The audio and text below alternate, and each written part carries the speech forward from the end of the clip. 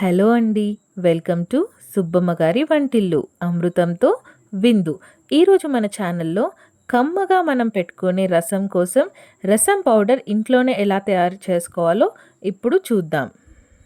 ముందుగా మనం తీసి పెట్టుకోవాల్సిన ఐటమ్స్, ముందుగా 1 టేబుల్ స్పూన్ శనగపప్పు, 1 టేబుల్ స్పూన్ కందిపప్పు, 1 టేబుల్ స్పూన్ ధనియాలు, 1 టీ స్పూన్ మిరియాలు, 1 టీ స్పూన్ జీలకర్ర, 5 నుంచి 6 వరకు ఎండుమిర్చి, ఒక చిన్న దాల్చిన చెక్క.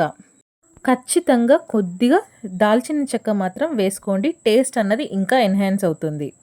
ముందుగా ప్యాన్ హీట్ చేసుకొని శనగపప్పు, కందిపప్పు మీడియం ఫ్లేమ్లో పెట్టుకొని కలుపుతూ జాగ్రత్తగా లైట్ బ్రౌన్ కలర్ వచ్చేంత వరకు ఫ్రై చేసుకోవాలి.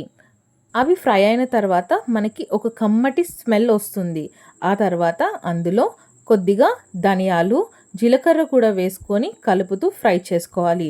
అవి కూడా ఫ్రై అయిన తర్వాత అందులో మిరియాలు, దాల్చిన చెక్క, ఎండుమిర్చి కూడా వేసుకొని మీడియం ఫ్లేమ్లో పెట్టుకొని ఫ్రై చేసుకోవాలి. అవి కొద్దిగా ఫ్రై అయిన తర్వాత 1/2 టీ స్పూన్ మెంతులు కూడా వేసుకొని ఫ్రై చేసుకోవాలి. మెంతులు ఖచ్చితంగా యాడ్ చేసుకోవాలండి, ఆ ఫ్లేవర్ చాలా బాగుంటుంది.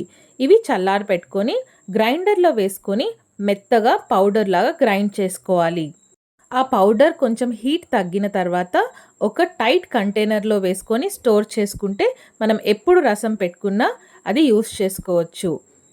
ఇదే రసం పౌడర్ యూస్ చేసుకొని కందిపప్పుతో రసం ఎలా చేసుకోవాలో నెక్స్ట్ వీడియోలో చూద్దాం.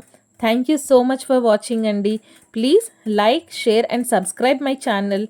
మళ్ళీ మరొక వంటతో మళ్ళీ కలుద్దాం. Thank you so much.